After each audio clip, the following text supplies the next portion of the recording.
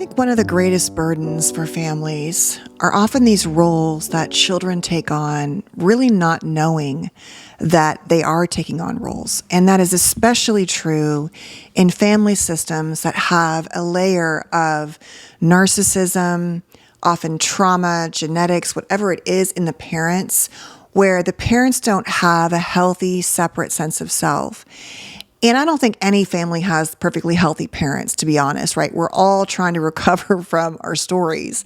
But in some family structures, especially in narcissistic dynamics, we can see this pattern of this child is that, or this child is this one. And a lot of responsibility and shaping of who they are is very, very painful for them, but they don't know any different. And that is especially true because from the outside, the golden child role appears as this, like, how lucky are you? And I guess in some ways, although the golden child pays their own significant price, they are afforded resources and opportunities that other kids in the system might not be. Also, I have seen the golden child role shift in family systems. So there can be like a backup golden child, but when the big golden child displeases the parents, that child can become a scapegoat. And really quickly, the core of this dynamic is that the golden child in narcissistic family systems basically represents all of the positive, idealized projections of the narcissistic parents. It's all the stuff that they want to be associated with, want to see in themselves, feel like reflects on what great parents they are. And the more scapegoated children, of course, there are lots of roles. I'm going to post a video also about family roles in the next video, I believe. Or maybe I'll post it before this one. Anyway, the point is that in the other roles, like scapegoat, for example, this child holds, or children hold, all of the negative projections, the disowned parts, the yucky parts, the parts that these parents don't want to look at in themselves. And they project those things onto those children and respond accordingly, right? So the golden child will receive more money, more time, more resources, literally more whatever it is, attention. And the scapegoat child will not. And there will be active attempts to oftentimes shame and make the scapegoated, often also invisible, lost children, things like that, to all of them to, in comparison in front of the golden child, to feel how inadequate they are. And it's a very effective and painful tool that narcissistic parents use. So let's talk more about what those are. As I said, what we want to really focus on here is that I want to share with you what happens to golden children often in their adult relationships, how that plays out when they begin to find partners and show up in the world. At the core, the demands of a golden child are really about narcissistic supply. They give the supply to the narcissist. They make them feel all the good feelings. And these are often kids who are achievers, successful, perfectionists, driven. See what I'm saying? They represent the sparkliness of these parents. And I found that many of these kids don't necessarily want to be in these roles. They're just naturally good at a sport, or they're naturally good at studying, right? And they start to get a lot of reward for that. But many of them didn't really sit back and go, I want to be this. They are often trying to fulfill roles that they see get positive feedback, not just from the parents, but from the world. And of course, then that can all kind of align together. So what we're talking about here are that these kids often have a need to be in these roles. They're going to have to be more high achievers. They're often pleasers. They can be mini adults who were parentified and learn to sort of operate in that very caretaking adult BFF role for the narcissistic parent. They often have a fear of failure deep inside and guilt. And they often feel like frauds, which is crazy if you think about it, because you think, well, why would they feel that? Because they don't actually believe they are this fake masked version they present to the parent, but that is the only way they get rewards, money, time, finances, whatever it is, tuition. And so they do it again and again and again. And their actual personalities can be different around these parents, like everything, how they dress, their demeanor. It is a mask they wear, but they get so used to that mask that oftentimes it blurs into who they really are. And there's like a part of them knows that this isn't really who I would be, and yet they've also been conditioned to be the child who tells the world, much like the hero child, like, oh, but our family is okay. These narcissistic parents, they're not bad. They're not narcissistic, right? So it all blurs. And so they end up being, as well as all of these qualities, like I just mentioned, very self-critical, not just of themselves, but often of the other siblings. And in fact, they can split off and align to bond with narcissistic parents and be very like critical of other siblings. They have a way of, they have to kind of sacrifice themselves a bit to get those rewards. And they often, in these systems, there's a depletion of resources. There's not enough love and safety and validation to go around. So everyone is clamoring for it in different ways. And everyone cares about it in different ways and gets rewarded in different ways. So the golden child has this like alignment of gifts and talents and skills or looks, whatever it is. And they start to realize that there's a value in that with these parents. They have to play the game in a certain way, but the game requires conflicting loyalties and anxiety, hypervigilance, and this need to please and really separate off who they are from this golden child role they have to play. So as a result, they grow up and they take all of these qualities into their adult relationships. And in fact, I would argue that many of them struggle with finding good, healthy partners because they don't know how to be authentically themselves either. And they can also take on narcissistic, arrogant qualities. In the worst case, they can become little narcissists, big narcissists.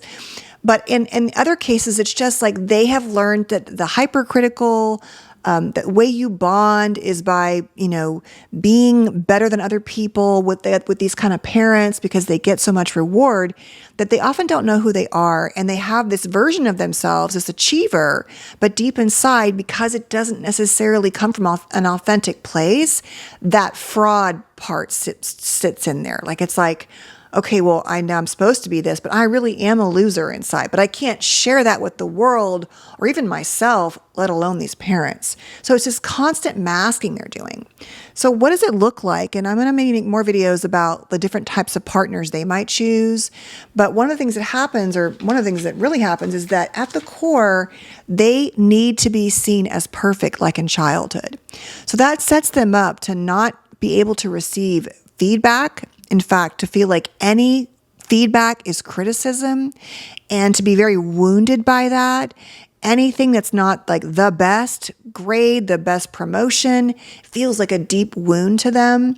And if their partners don't give them a lot of that positive feedback and look how good you are and you're so great, that can feel like they're not being seen and they're being rejected. And so that can make this sense of like this difficult inside part where they don't feel good enough, but they always were praised for being the best, play out in their partners, right? So there can be this thing where it's like, well, what do you mean? I was just asking you, like, did you forget something at the store? And they take it as you're saying they're not a good partner. It's like, no, I just said, did you get the taco seasoning? They're just like angry and triggered. So that can play out in them being very moody and emotional and sensitive, highly sensitive to any perceived threat that isn't saying, look how golden, how wonderful you are. They can feel also, because in the childhood, especially with siblings, they felt obligated to make the peace with these kind of parents, with narcissistic parents especially, although we can often see a combination of narcissistic and parents who have some degree of borderline together. That can be a common pairing. So there's all this emotional intensity and splitting going on of good parts and bad parts, and everything is very black and white and right or wrong. And they can be that way with you as a partner. And so on the one hand, they feel like their job is to make everything okay and make peace, but they see the world in very intense, critical terms, both in you and in others. And they can be very critical of their partners as well. They're projecting all of that stuff on themselves now onto you. So they tend to want to conform, and deep inside, though, it's like they want that separate sense of self, but they don't know how to get it. And it wouldn't have been allowed in terms of receiving love, money, whatever, resources in the narcissistic parent. And so they have a hard time with that. They kind of split off from themselves and like wanting to be one version, but also not believing that they really can. They have deep worthiness issues. There can be a lot of jealousy in relationships where they're used to being the shiny, sparkly one, and so sharing that spotlight feels uncomfortable. Or they want to please so much that they never feel worthy enough. Like I was saying with the taco example, the seasoning example, it's like everything is a failure. It's very sharp and intense to them. The last few things are that they almost always feel guilty. They can feel guilty for being in the role of golden child, but also realizing that that role came with a lot of perks. So they have this dilemma they're facing, and that can play out in relationships where they just hold a lot of guilt. Oftentimes they don't even know why they feel so guilty. They just know that they do. And because gaslighting and favoritism and all of those intense types of ways of engaging in relationships have been normalized, they might at the high end do those same things. They might also just have a hard time with, their own reality, literally, about things, right? It's like, yes, I was in this role where I got so much love, but there's a price for love. And so there's a lot of conflict for them going on. They don't know how to be anything but the golden child in some relationships. And it can be very difficult as their partners to make space for the fact that they don't need to be perfect, and neither do you.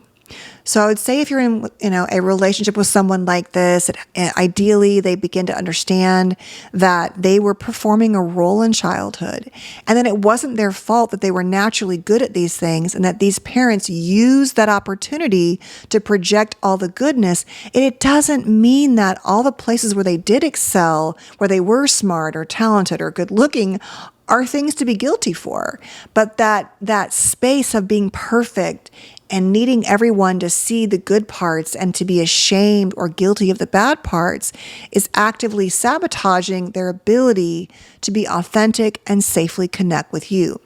Once again, part of their dilemma, and really in all families like this, is to build a sense of identity and self that is not rooted in the childhood roles.